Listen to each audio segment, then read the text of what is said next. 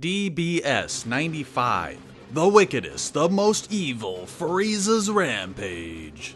Saikyō, Sai'aku, Furīza ō-abare. Frieza is back again. God damn it.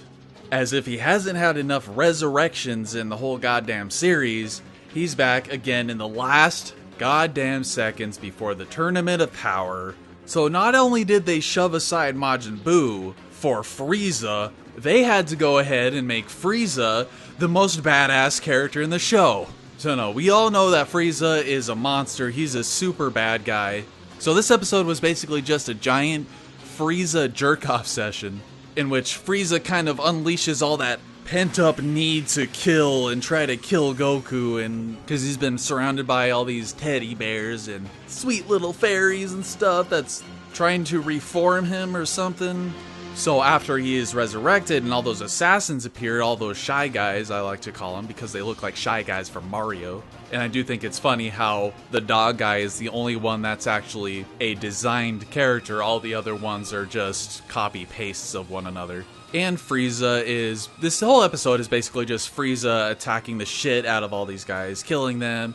But at the beginning, Frieza says, "Oh, you think I'm still held back by that stamina issue? You know, apparently they allow us to train and grow stronger in hell." That makes a lot of sense. That's really what you want your villains or people that go to hell to do, is to get more evil and stronger. You think they would have some sort of system in place to prevent something like that from happening, but apparently they don't. Oh, and apparently all Frieza has to do now to get stronger, you know, because this whole season has been everybody gets stronger instantly through a lot of effort or through not much effort. So what Frieza had to do was sit there and think, and that made him that much more powerful. Because Goku is at this stage after the Future Trunks arc and after the Universe 6 stuff, after fighting Frieza for the last time, he's probably gotten at least 10 times stronger than he was. So Frieza sitting there and thinking got him at least 10 times stronger.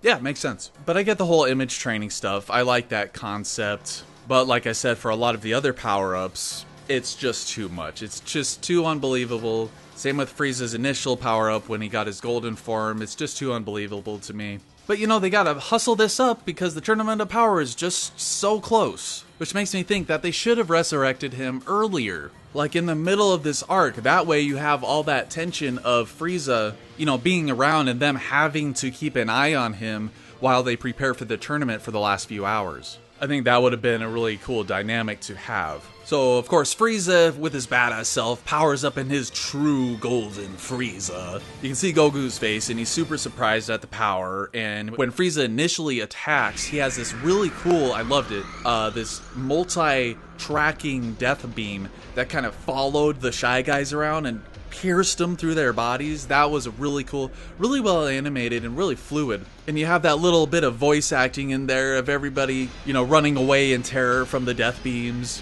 And of course, Frieza is loving this. And he goes up to a few of the Shy Guys, you know, and does a fucking Fist of the North Star attack on them. Like, touches them in their foreheads, and then a second later, their fucking heads explode. I love Fist of the North Star. I think it's such a cool anime, and this is an awesome reference to have in it, and Frieza's the perfect character to reference that anime because it's super brutal and super violent. Obviously, Dragon Ball can't have a lot of gore, so their heads just kind of exploded in, you know, dust or whatever. So, and I also thought it was really interesting how Frieza's just going haywire and killing all those guys, but the first guy, the dog guy, he only shot him in the shoulder. Like, why didn't he kill him? He's killing everybody else, but not the dog guy. So I thought that was kind of strange, but this dog guy really has some really smart tactics, actually. And I like how they intercut Sidra giving the dog guy, like, the power of destruction, basically, like the Hakai energy or whatever you want to call it. And I was, like a lot of people, thinking that this power would immediately on contact destroy somebody from existence. But as we see later, it's not the case. And when he's throwing the energy at Frieza, it's actually a little bit of a comedy mixed in there too, because Frieza easily dodges the first blast and uses his thumbs up death beam. And that was really cool. And then the dog guy's like, "No, this is the real one." And Frieza just blasts that right out of his hand. That was really funny. But then showing off the dog's really good tactics, like that was already pretty good tactics. But he had the thing sitting in the water, and that's when he gets Frieza, and Frieza's like kind of struggling to hold it back. And obviously this scene is really intense. The art was really well done. The music was very nicely mixed in here, and the sound effects and everything blended well together to create a really nice tension-filled and intense scene. And Ryusuke Nakao did a really awesome job as Frieza in this, maybe even better than the Resurrection F arc. So I really enjoyed this scene when the power finally engulfs Frieza, and he's kind of screaming in pain, but then you realize, like he says, haha, just kidding. You're like, holy shit, he really got that much more powerful from sitting there and thinking. So what I was thinking, that's kind of dumb. Like, now he's as strong as a god of destruction because that's god of destruction energy. So you can put 2 and 2 together, even though you could say that's only part of Sidra's power, you know? But I was glad that it wasn't easy for Frieza to get out of that orb, or at least to condense it into a smaller orb. So that was a really badass scene. He shoots the dog guy, finally kills him, finally shoots him to kill him like he should have done in the first place. I don't get it.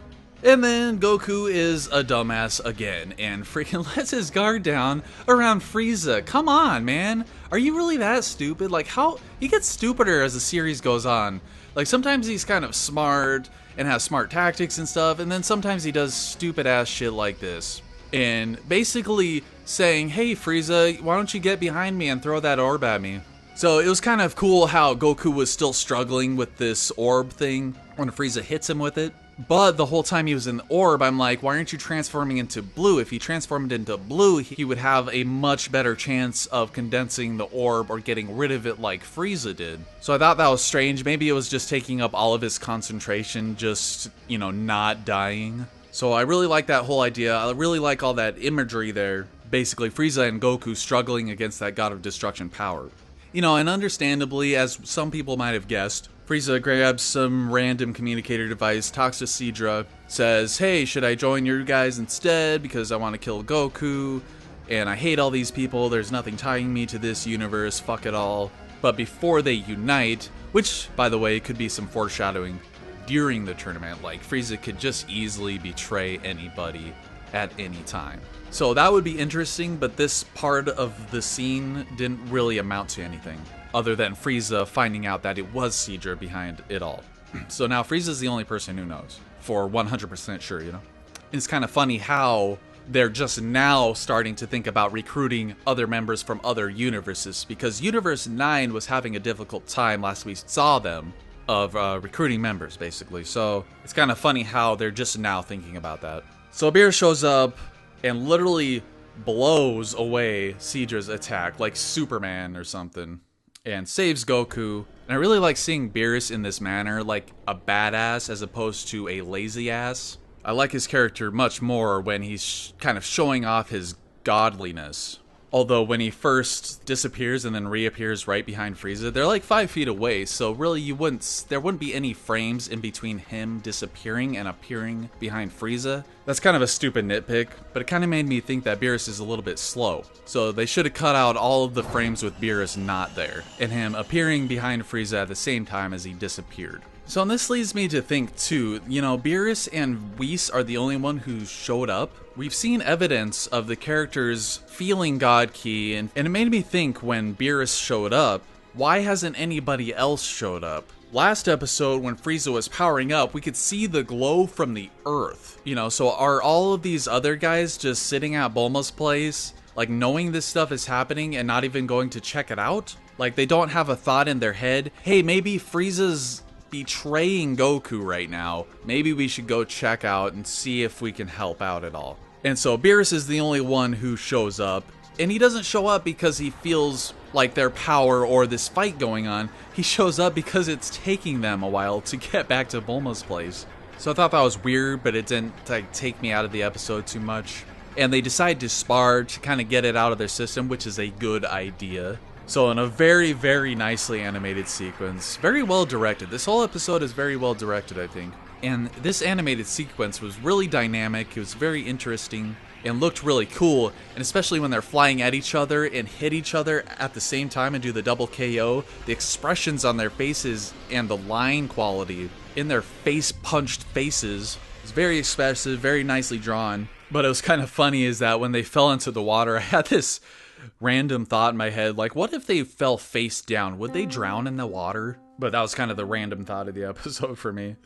So that was really cool. And finally, next week, the tournament finally fucking starts. Jesus Christ. And it makes me think, I wonder if this Frieza stuff will really amount to anything. You know, like I said earlier, maybe he'll betray them in the middle of the tournament. But I really, really hope he doesn't become like a main villain of this arc. Maybe in a future arc. But I really, really hope he doesn't become a main villain again. That would be highly disappointing. But overall, I really enjoyed this episode. It was really intense. It was really well directed. And I'm sure like a lot of people, it's kind of helping to diminish the anger at Frieza coming back yet again. But whatever, it's happening. It has a lot of potential. Let's see where it goes. If you like the review, go ahead and hit the like button, subscribe to the channel. I review Dragon Ball Super every week, and have some more videos coming out in the future for Dragon Ball stuff in general. So, as always, thank you for watching, and I will see you later.